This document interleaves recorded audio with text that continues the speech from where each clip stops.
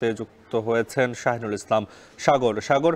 দাবি পূরণে আজ দুপুর পর্যন্ত আলটিমেটাম দিয়েছেন শিক্ষকরা, আমরা জানি, এবং এরপরে তাদের কর্মসূচি কি হতে পারে জানাবেন। কিছু জানতে পেরেছেন কিনা এই বিষয়ে, আর এ নিয়ে শিক্ষা মন্ত্রণালয়ের কেউ তাদের সঙ্গে যোগাযোগ করেছেন কিনা?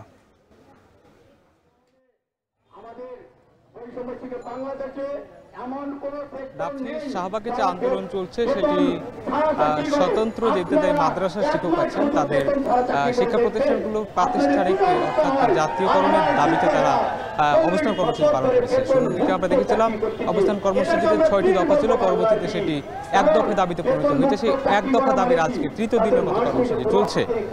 আমি যদি পেছনে গল্পটা বলতে চাই তাহলে বলতে হয় যে শুরুর দিকে যখন আমরা দেখেছিলাম যে তারা যে আন্দোলনরত অবস্থায় তারা প্রধান উপদেষ্টা বরাবর একটি স্মারকলিপি দিতে যায়, সেক্ষেত্রে পুলিশের সঙ্গে তাদের একটি সংঘর্ষ বাধে এবং তারপর থেকে তারা কিন্তু এক দফা দাবিতে নিয়ে আসে এবং সেটি হচ্ছে যে জাতীয়করণ তাদেরকে করতেই হবে, এই ছিল তাদের দাবি।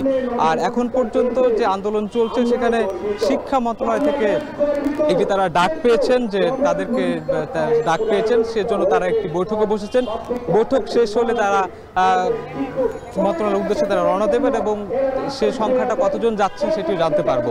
তো সেটির অর্থাৎ শিক্ষা মন্ত্রণালয়ে ডাক যাওয়ার শিক্ষা মন্ত্রণালয়ের ডাকে তারা যে সেখানে যাবে সেটার প্রস্তুতির অংশ হিসেবে তারা কিন্তু একটি বৈঠকে এখন পর্যন্ত তারা কিছু নেতৃবৃন্দ যারা আছেন তারা বৈঠকে তারা বসেছেন।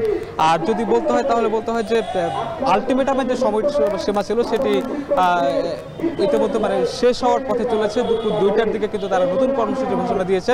তারা যে শিক্ষা মন্ত্রণালয়ে তারা যে দেখা করতে যাচ্ছেন সেটির আগে তারা কিন্তু এক নেতৃবৃন্দ আমাদের সঙ্গে কথা বলেছেন। তারা বলেছেন যে যদি তাদের দাবি আদায় না হয় সেক্ষেত্রে তারা কিন্তু নতুন কর্মসূচির ঘোষণা দিবে।